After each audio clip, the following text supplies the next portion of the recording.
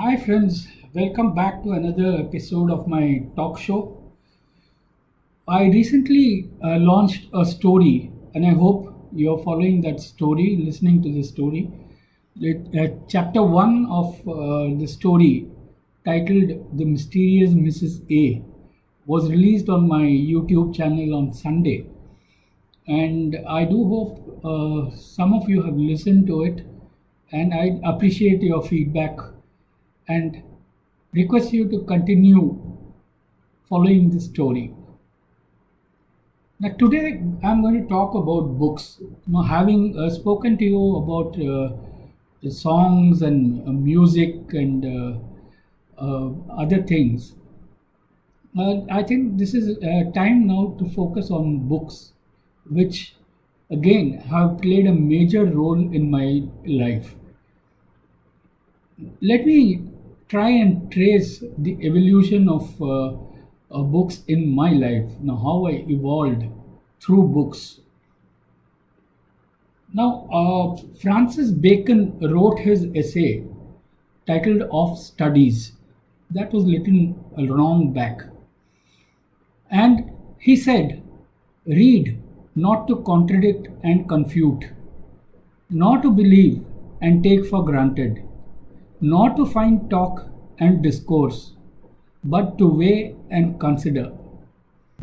He also said, some books are to be tasted, others to be swallowed, and some few to be chewed and digested.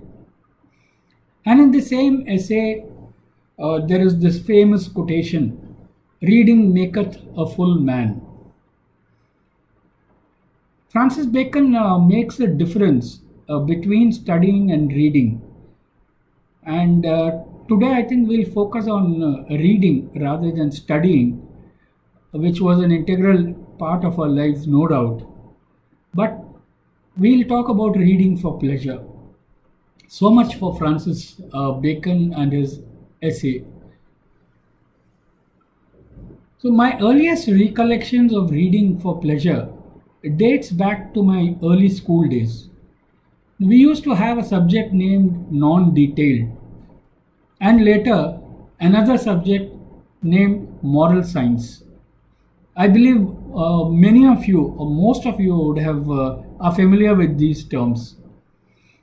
The beginning of a new school session after the annual holidays was always a very exciting affair for we children, for the simple reason that our parents would buy us new books for the new class, notebooks, textbooks, colors, pencil box, bag, tiffin box, the whole lot of stuff, books along with other essential accessories. The smell of freshly printed books used to be divine. Still is. You hold a fresh book in your hand, open the pages, and you feel the smell, divine smell of the print, and it does things magic to you. The task of covering these books with brown sheets and pasting labels over them was as exciting an affair as going into jungles for adventure to spot wild animals, kind of. It was thrilling. More than this, I would be waiting to lay my hands on the non detailed book or the moral science book when that was introduced later. The non detailed book used to contain a lot of interesting short stories by authors known and unknown. And in a matter of hours, I would have finished the book, devoured it, kind of. And moral science had many interesting stories ending with a specific message or a moral for the reader. I cannot say this with certainty, but I think my mother used to purchase storybooks to read and narrate to us. Fairy tales and fables mostly. I also have vague recollections of having books with pictures of animals on each page. When you press the inflated image, it used to emit a sound like what the particular animal makes. If it's a pig, it will quack, something like that. If it's a cow moo, it will moo, and so on and so forth. That itself as a child was a very exciting thing. Uh, I used to kind of get into stories like Aesop's fables, Grimm's fairy tales, the 1001 Arabian Nights, Alice in Wonderland. The list was long. Starting with these, I then graduated to Enid Blyton at some stage. I think maybe when I was in fourth or perhaps fifth, fourth or fifth. I graduated to Enid Blyton. My favorites were the famous Five and the Secret Seven series. These books definitely contributed in creating an everlasting interest in me for mysteries and adventure. A few days later, I got introduced to Biggles, created by W.E. Jones, and instantly got addicted to planes and pilots and the daring deeds and adventures of James Bigglesworth. Simultaneously, the universe of comics was opening up to me and I embraced it with open arms. Richie Rich, Aki, Archie, Phantom, Mandrake, and so many others which I can't recollect right now. But there were a lot of comics in my life, and they caught my fancy and imagination like anything. I remember my elder sister and me, uh, rushing through books. She'd have one book in hand, I would have another book. There was a competition as to who can finish the book first. And once we finished, we would swap the books and then read. So later on, when I matured a little bit, it was James Hadley Chase who stormed into my universe of imagination with his slick and fast paced thrillers. And I was instantly hooked to murder mysteries. By now, we were sufficiently grown up and we were sourcing books from libraries because it was very difficult to buy and read books. Very expensive, we didn't have that kind of money. So we used to haunt the libraries. So in Delhi, in particular, there was this DPL or Delhi Public Library run by the Delhi administration, which was doing a great service. They had brick and mortar libraries in some locations, and in many other locations, they had this mobile library, which was a very innovative and very uh, convenient concept. In fact. So, vans carrying hundreds of books used to visit a designated location near our house in Arkepuram every week. And my affair with books and reading was greatly strengthened by these uh, libraries. Without them, perhaps I would not have managed to read books by purchasing them. So I was first introduced to American writers when I began reading Perry Mason series. Perry Mason, as you know, was authored by Earl Stanley Gardner, and uh, the author brought into my universe legal thrillers and courtroom drama. So passionate was I about books that I even operated a library from my house. And don't ask me where I got the collection of books from. That is a totally different story, which I would not talk about now. I don't think my father was interested in fiction much, but my mother had an insatiable appetite, and despite her limited skills in English, she would devour all kinds of books that we brought home. She followed Tamil magazines like Kalki, Ananda Vigadan, Kumudam, and many others very religiously. So, everyone in our house, maybe with the exception of my father, were serious bookworms. Apart from these popular books, I was also into classics by Charles Dickens, Jane Austen, Leo Tolstoy, Dostoevsky, Shakespeare, at least the readable intelligible versions of his plays. And as I grew up, I embraced every kind of book, fiction, non fiction, and poetry to a limited extent. I'll now have to pause and consider what Francis Bacon said about books. He said some books are to be swallowed, some tasted, and others to be chewed and digested. So, most of the books, if I reflect, fall squarely under the category of books that are to be swallowed. Fiction mainly. You just read one book and move on to the other. One story, you move on to the other. Till you reach a stage where you forget what you read earlier, and if that book comes back to you again, you'll read it again as if it was a new kind of book. So fiction, of course, is a great passion with me, and I still follow a lot of fiction books.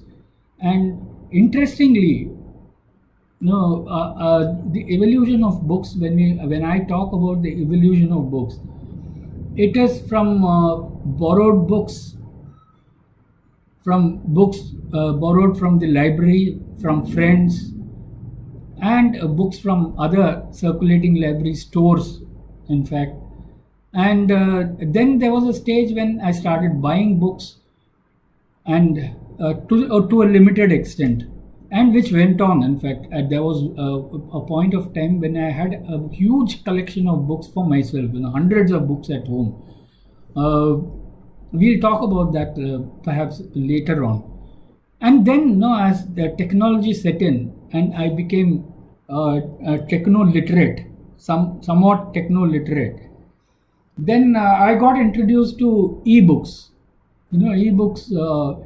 Maybe you open an ebook and you don't smell the printed page. That divine smell you don't get. But still, once you get used to ebooks, it's a very convenient way of carrying a whole lot of books, a big library of books in your hand, wherever you go, anywhere you go, and whenever you want to read, you can just open a book and start reading. So I got hooked on to ebooks, and quite recently, I also got introduced to audiobooks. Again, a totally different kind of experience. Here you don't read, you don't have a book in your hands, you don't have an ebook which you look and read, but you have a whole library of books with people reading out to you. There is some amazing stuff available, and let me tell you, if you have not done it till now, please go to your iPads or laptop or wherever you can find them, and try out some audiobooks. Some of the books, the narrators are excellent, and the performance is so good that it looks like you are almost visualizing that story. It's like a picture running in front of your eyes, in fact, while your ears are listening to it. So the thrill is enhanced. It's a double enhancement of your thrill. Right? So that is a great way of following a lot of books, books which otherwise you wouldn't have purchased or you wouldn't have known also. And just by subscribing to apps like Storytel and Audible, again, this huge world of universe of new books, new subjects opens up in front of you. Now, what are those books that I had to chew and digest? This is a question which I have to reflect and ruminate and find an answer to. And which of those books which I had read felt like tasting?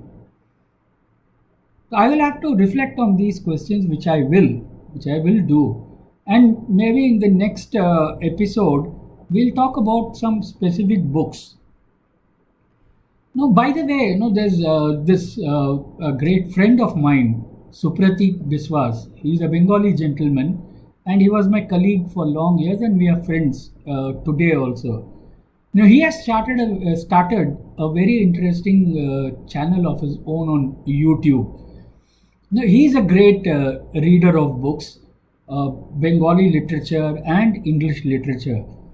And on his show, He has introduced a lot of authors, and he analyzes those authors through their books, and also gives us a lot of background information on those authors, which I found was very interesting.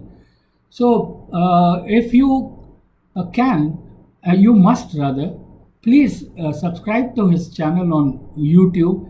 I'll try to kind of put a link of his channel along with along with this episode. Now, keep sharing your experiences also. Now, I like to conduct interviews with those of you who are passionate about books and poetry and fiction and non-fiction, whatever it is. Now, maybe we can catch up on Google Meet, or maybe on a video call or something which I can record and post it on YouTube. So, those of you who are interested, please do get in touch with me. My number is 98201 33705.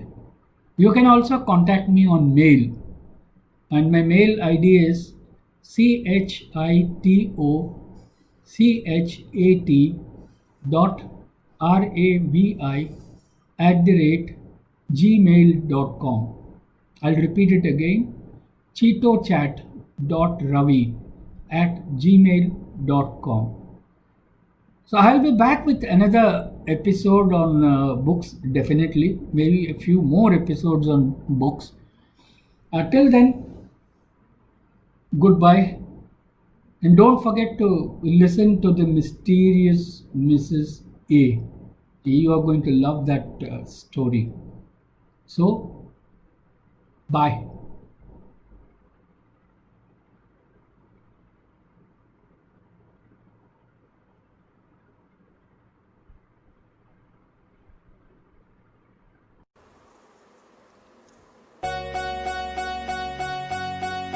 वहाँ कौन है तेरा मुसाफिर, जाएगा कहाँ, दम ले ले घड़ी भर, ये छैया पाएगा कहाँ।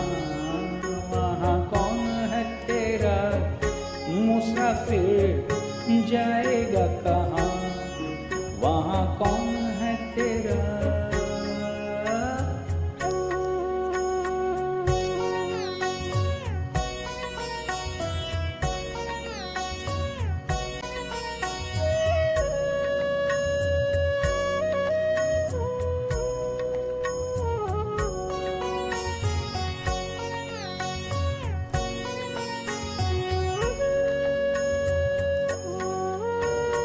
बीत गए दिन, प्यार के पलछिन, सपना बनी वो रातें, भूल गए वो तू भी भुला दे, प्यार की वो मुलाकातें, प्यार की वो मुलाकातें, सब दूर अंधेरा, सब दूर अंधेरा, मुसाफिर जाएगा कहाँ, दम ले ले, दम ले ले, दम ले ले घड़ी भर, ये छैया पाएगा कहाँ, वहाँ कौन है तेरा।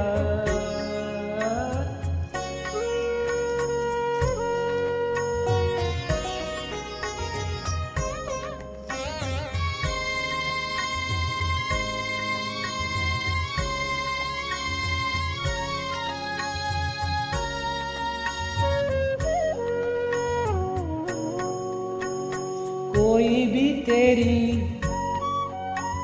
राह न देखे, नैन बिछाए न कोई, दर्द से तेरे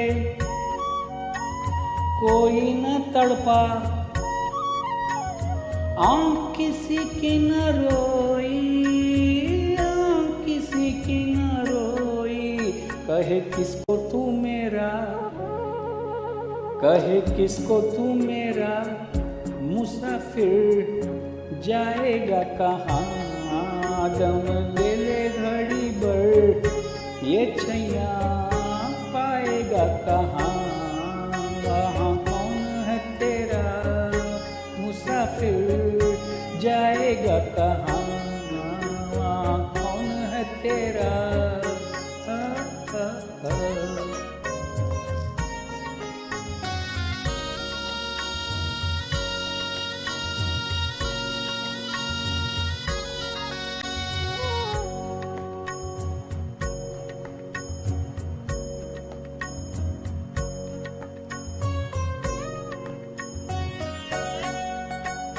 तूने तो सबको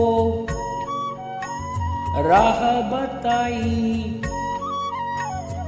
तू अपनी मंजिल क्यों भूला, सुलझा के राजा औरों की उलझन,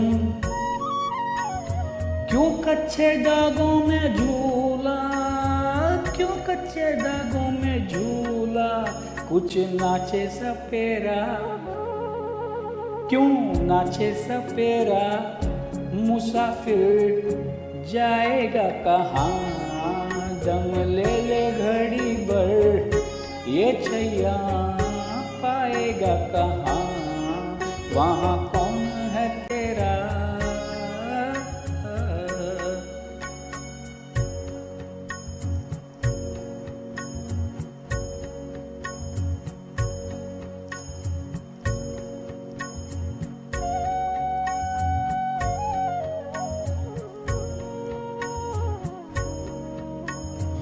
तू